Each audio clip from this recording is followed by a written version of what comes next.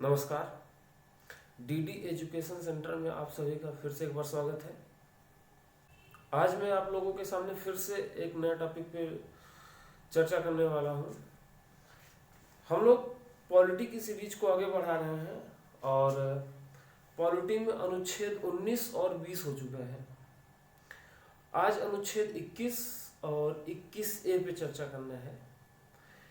अनुच्छेद 21 और 21A दोनों ही बहुत महत्वपूर्ण टॉपिक हैं।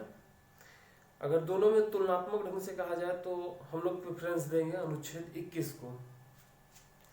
अनुच्छेद 21 को समझना थोड़ा सा क्रिटिकल है, इसलिए इसको हम लोग सिस्टमेटिक ढंग से सीखेंगे। ठीक है, शुरू करते हैं। अनुच्छेद 21।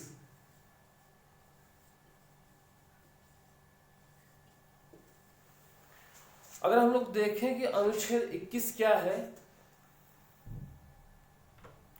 तो अनुच्छेद 21 का जो शीर्षक है वो प्राण एवं दैहिक स्वतंत्रता है। प्राण एवं दैहिक स्वतंत्रता का अधिकार।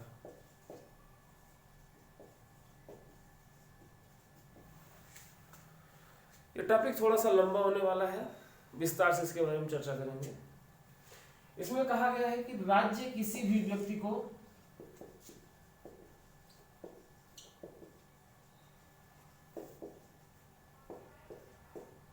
विधि द्वारा स्थापित प्रक्रिया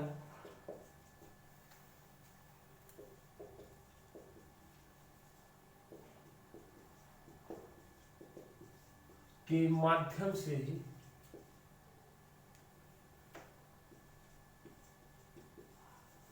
उसके प्राण एवं दैहिक स्वतंत्रता से वंचित कर सकता है।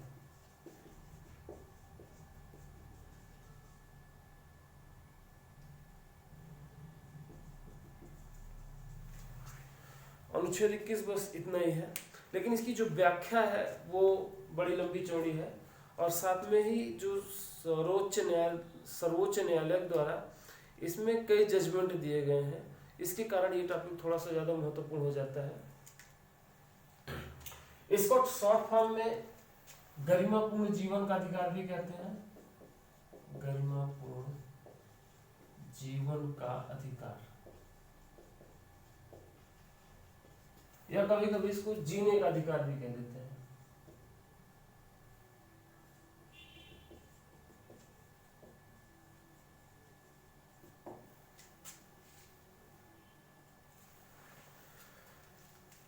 देखिए, इसमें कहा गया है कि राज्य किसी भी व्यक्ति को का मतलब है कि वो व्यक्ति नागरिक हो अथवा गैर नागरिक हो, उसको विधि द्वारा स्थापित प्रक्रिया के माध्यम से ही, एक टर्म आता है विधि द्वारा स्थापित प्रक्रिया के माध्यम से उसके प्राण एवं दैहिक स्वतंत्रता से वंचित कर सकता है। ये जो टर्म है विधि द्वारा स्थापित प्रक्रिया, इसी में पूरा खेल है। विधि द्वारा स्थापित प्रक्रिया के दो मतलब है। पहला मतलब यह है कि एक गैर जिम्मेदाराना, दूसरा जिम्मेदारी के माध्यम से। गैर जिम्मेदाराना का मतलब यह है कि संसद ने कोई भी विधि पारित कर दिया और वो सुप्रीम कोर्ट से लीगल कर दे। दूसरी बात यह, संसद ने कोई भी विधि पारित किया, सुप्रीम कोर्ट उसके नैतिकता और नैसर्गिकता के बारे में जांच करे, तब उसके बारे में उसको संवैधानिक या असंवैधानिक घोषित करे। इसके संबंध में एक केस आता है A.K. गोपालन का।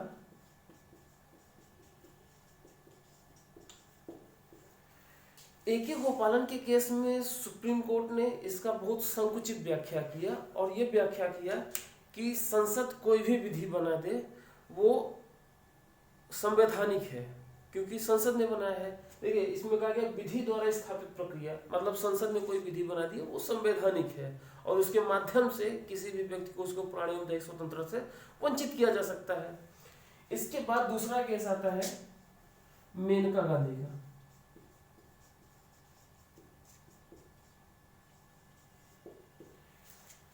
मेनका गांधी वाले केस में सुप्रीम कोर्ट ने इसका विस्तार पूर्वक व्याख्या किया और इस व्याख्या में कई निर्णय दिए और इसी निर्णय में कहा कि गरिमापूर्ण जीवन का अधिकार, दूसरा जीने का अधिकार। देखिए, गरिमापूर्ण जीवन का अधिकार का मतलब ये है कि आत्मा शरीर में कैद नहीं किया जा सकता।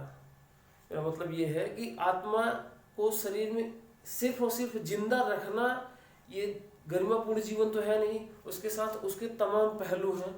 हर व्यक्ति के लिए जीने के लिए कुछ आधारभूत आवश्यकताएं हैं, उनको भी पूरा होना चाहिए। आत्मसम्मान है, आत्मसम्मान के साथ आदमी जिएगा ना, कहीं भी आना जाना, उसकी स्वतंत्रता, इस तरह से तमाम पहलुओं को सुप्रीम कोर्ट ने ध्यान रखा और अपनी व्याख्या की।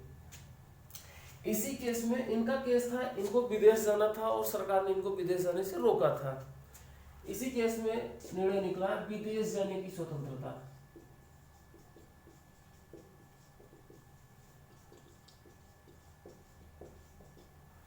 मतलब यदि कोई व्यक्ति विदेश जाना चाहे तो राज्य उसे रोक नहीं सकता जब तक कि उसके पास कोई वैधानिक कारण न हो। वैधानिक कारण का मतलब ये उस व्यक्ति के ऊपर आपराधिक आरोप लगे हुए हैं और राज्य को उस व्यक्ति को रोकना आवश्यक है, तभी राज्य रोकेगा, अन्यथा नहीं।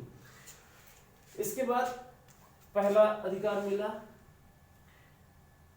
हम इसको 1 2 कर देते हैं इस तरीके से और इसको 1 2। देखिए, उसके बाद एक केस आता है, उस केस में निर्णय देना पड़ता है जीने का अधिकार।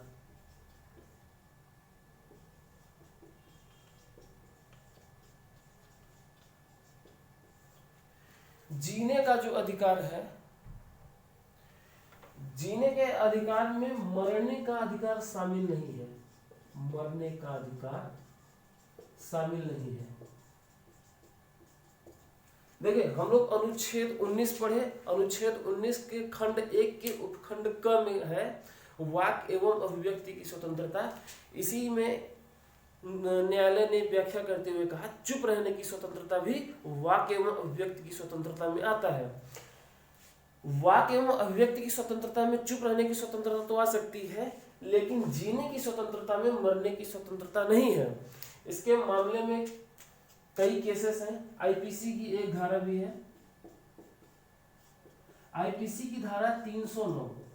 आईपीसी की धारा 309 कहती है यदि कोई व्यक्ति मरने का प्रयास करता है और वो मर नहीं पाता है, मर गया तो उसके ऊपर कोई आरोप नहीं, उसको कोई पनिशमेंट नहीं दिया जाएगा।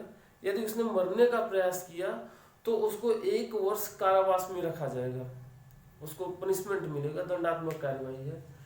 तो अभी हाल फिलहाल में 18 राज्य और 4 केंद्र शासित प्रदेश, साथ में केंद्र सरकार भी, सीजी का मतलब सेंट्रल गवर्नमेंट, साथ में केंद्र सरकार भी इस मसले पर एकमत हुए हैं कि इस धारा को स्थगित कर दिया जाए। अभी हाल फिलहाल में ये धारा तो सस्पेंड ही है। सभी राज्यों और केंद्र शासित प्रदेश का तर्क ये है कि यदि कोई व्यक्ति मरने का प्रयास कर रहा है तो इसका मतलब है कि उसको मानसिक पीड़ा है। मानसिक पीड़ा तो है ही, अगर वो व्यक्ति जिंदा रह गया तो उसको एक और पीड़ा में डाल दिया जाए, तो उसके साथ सहानुभूति रखने की बजाय उसको जेल में डाल दिया जा रहा है, ये तो गलत है। तो इसी बात पे एकमत हो रहे हैं सभी राज्य और केंद्र शासित प्रदेश कि इस धारा को हटा दिया जाए। लेकिन हाल फिलहाल में सिचुएशन ये है कि इसको सिर्फ और सिर्फ स्थगित किया जा रहा है। देखिए, हम लोग अनुच्छेद 20 पढ़े थे। अनुच्छेद 20 में कहा गया है कि कोई व्यक्ति तब तक अपराधी नहीं होगा जब तक उसने कानून को नहीं तोड़ा है। तो अभी वर्तमान स्थिति ये है कि कोई आत्महत्या करने का प्रयास करेगा तो वो कानून में अभी ये धारा स्थगित है, इसलिए वो अपराधी नहीं होगा। जब कानून में धारा स्थगित है, अपराधी नहीं होगा, तो उसके लिए जेल का प्रावधान भी अभी सस्पेंड है। अनुच्छेद 20 में ये कहा गया है कि कोई व्यक्ति जब तक कानून नहीं तोड़ेगा तब तक उसे अपराधी नहीं घोषित किया जाएगा। इसका संबंध इससे है, ठीक है। देखिए, मरने के अधिकार में भारत में मरने का अधिकार प्राप्त है। ये कैसे? आप लोग एक केस सुने होंगे अरोड़ा शानबाग का।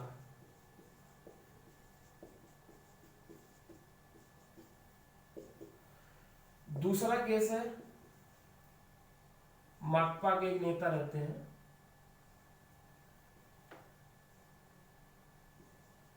इनका नाम बीटी करके है। एक केस आता है लावते दंपत्ति का।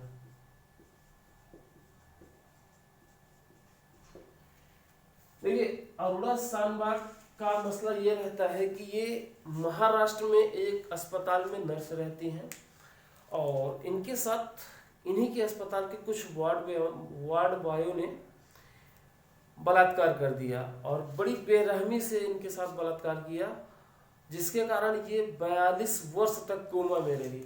42 वर्ष तक एक अमानवीय कृत्य था। ये 42 वर्ष तक कोमा में रही और इन्होंने राज्य से कई बार अपील मांग किया कि हमको मृत्यु दे दिया जाए, लेकिन इनको इनके शरीर में इनकी आत्मा को कैद रखा गया और एक दर्दनाक जीवन व्यतीत कर रही थी। तो अंत में 2018 में एक निर्णय आया जिसके माध्यम से इनको इनके आत्मा से मुक्ति मिल गई। इसी के साथ ये माकपा नेता बीटी हैं, इनको ब्लड कैंसर था और ये भी एक दर्द से गुजर रहे थे, लेकिन इनको इच्छा मृत्यु नहीं मिली। साथ में ये लावते दंपत्ति हैं।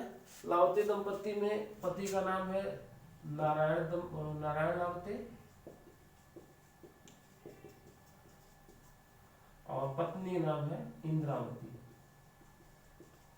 लावते। इनकी उम्र 88 वर्ष है, इनकी उम्र 78 वर्ष है। तो इनके साथ क्या है कि ये अकेले हैं, मतलब ये दोनों लोग, इनके पूरे परिवार में कोई नहीं है, न तो इनकी संतानें हैं, न तो इनके परिवार में भाई बहन कोई भी नहीं है। तो इनको लगता है कि हमको दया मृत्यु मिल जाए, जिसके कारण हम समाज के ऊपर बोझ के रूप में न रहें, क्योंकि समाज बोझ के रूप में हमको लेगा और हमारे साथ गलत व्यवहार करेगा। देखिए इनके और इनके केस में इच्छा मृत्यु नहीं मिली है, जबकि अरोड़ा शानबाग के केस में इच्छा मृत्यु मिल गई है। इच्छा मृत्यु का इंग्लिश में कहते हैं यूथेनेसिया।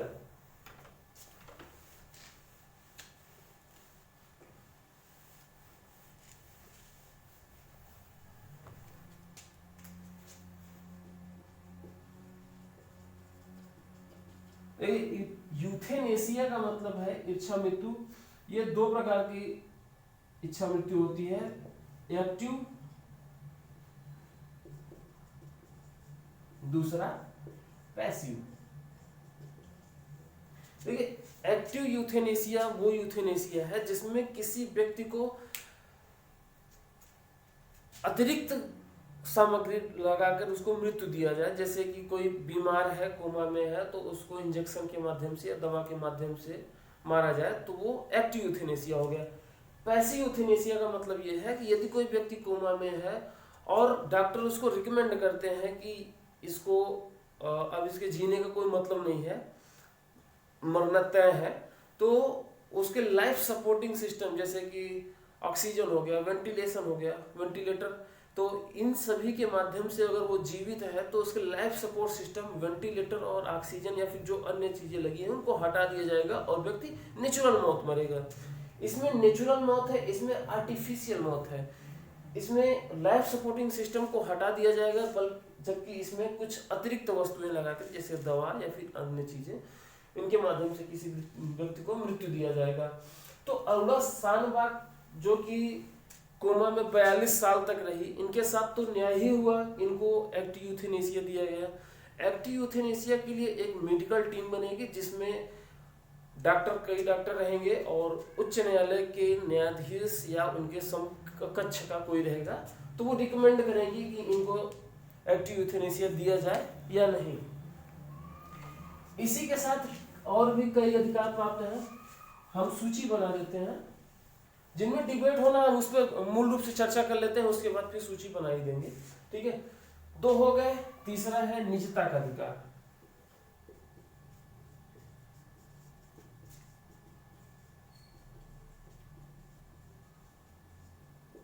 निजता का अधिकार मतलब राइट टू प्राइवेसी। ये मसला तब उठा जब आधार कार्ड बनने लगा। क्योंकि आधार कार्ड में हमारे फिंगरप्रिंट, आंखों के स्कैन और फेस स्कैन किया जाता है, उसमें स्टोर रखा जाता है। तो राज्य से ये सवाल किया गया कि हमारी जो बहुत ज़्यादा गोपनीय जानकारियाँ इसमें हैं, इनकी सुरक्षा की गारंटी क्या है? क्योंकि आप देखते हैं कि कई देशों की राष्ट्राध्यक्ष और बड़ी बड़ी एजेंसियों के जो अकाउंट है वो हैक कर लिए जाते हैं। जब इतने सिक्योर चीज़ें हैक कर ली जाती हैं तो इसकी क्या गारंटी है कि हैक नहीं होगा? तो यही मसला उठा था कि इसमें हमारे निजी जानकारियां हैं, इनको अगर हैक कर लिया जाएगा तो हमारे ऊपर संकट आ सकता है। तो ये मसला आधार कार्ड से उठा था। तो इसके बाद फिर सुप्रीम कोर्ट में ये मसला गया था। सुप्रीम कोर्ट ने बाद में इसकी इजाज़त दे दी थी। राज्य ने कुछ गारंटी दी कि हम किन आधारों पे ये सुरक्षित रखेंगे, ठीक है। इसके आधार पे निजता का अधिकार दिया गया। चौथा, सूचना का अधिकार।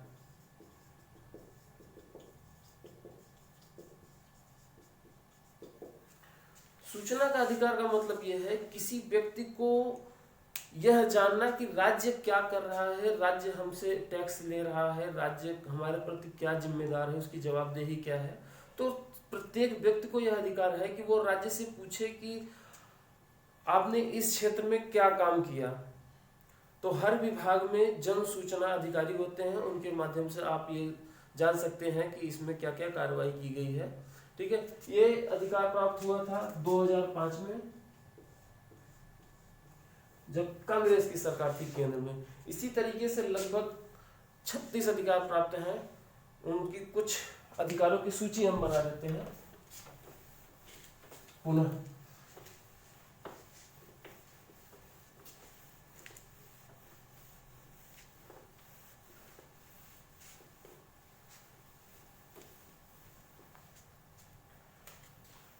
पहला अधिकार विदेश जाने का अधिकार। दूसरा जीवन का अधिकार। तीसरा निजता का अधिकार।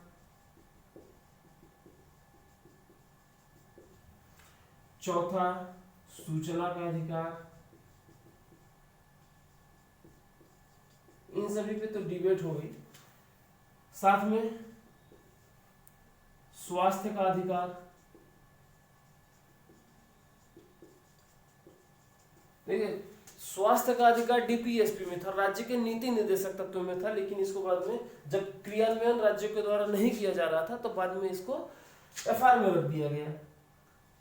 छठवां, 6 से 14 वर्ष की उम्र के बच्चों को शिक्षा का अधिकार।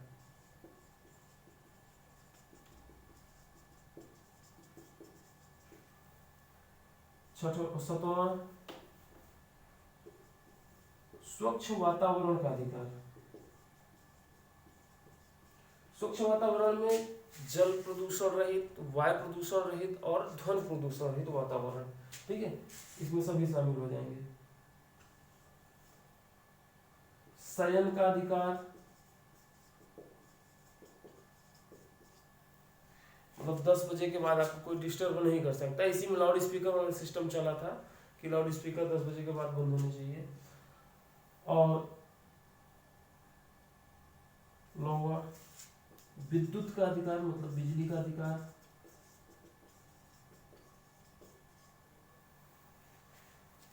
इसी के साथ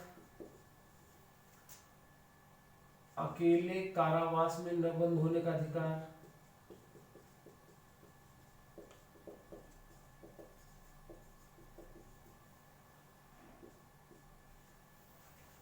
कारावास में शोषण के विरुद्ध अधिकार।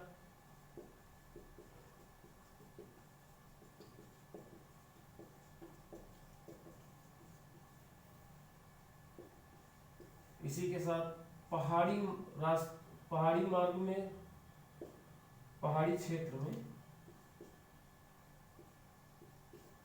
पहाड़ी क्षेत्र में मार्ग का अधिकार।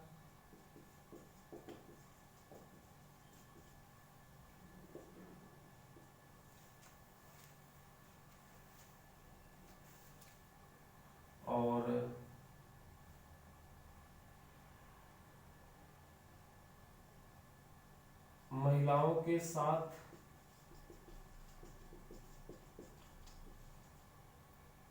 उचित एवं सम्मानपूर्ण अधिकार।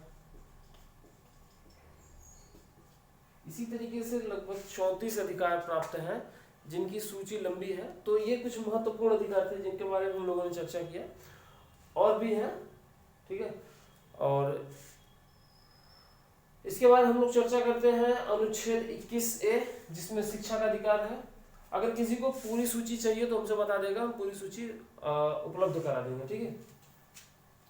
इसके बाद हम लोग चर्चा करते हैं अनुच्छेद 21A की। अनुच्छेद 21A का संबंध शिक्षा के अधिकार से। हालांकि ये जो अधिनियम है, जो ये जो अनुच्छेद है, ये मूल संविधान में नहीं था। इसको 86वें संविधान संशोधन अधिनियम 2002 के द्वारा जोड़ा गया है, जिसमें ये कहा गया कि 6 वर्ष से 14 वर्ष के बालकों को अनिवार्य और निःशुल्क शिक्षा प्रदान की जाए, राज्य की यह कर्तव्य होगा। अनुच्छेद 21A, इसको शॉर्ट फॉर्म में शिक्षा का अधिकार कहते हैं। शिक्षा का अधिकार ये मूल संविधान में नहीं था, इसको 86वें संविधान संशोधन अधिनियम के द्वारा जोड़ा गया। संविधान संशोधन अधिनियम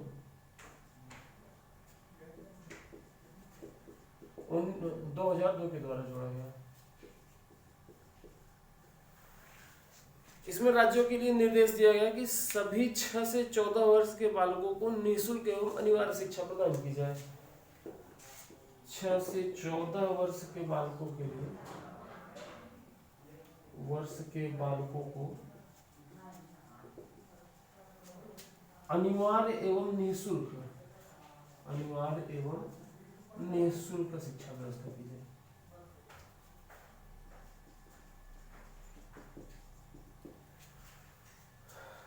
आज का टॉपिक यही समाप्त होता है। आपको अगर कोई डाउट हो या फिर कुछ और पूछना हो, देखिए वो 36 अधिकारों की सूची जो है उतना महत्वपूर्ण नहीं है, एग्जाम में पूछा नहीं जाएगा। लेकिन अगर आपको लिस्ट चाहिए तो हम आपको लिस्ट उपलब्ध करा देंगे।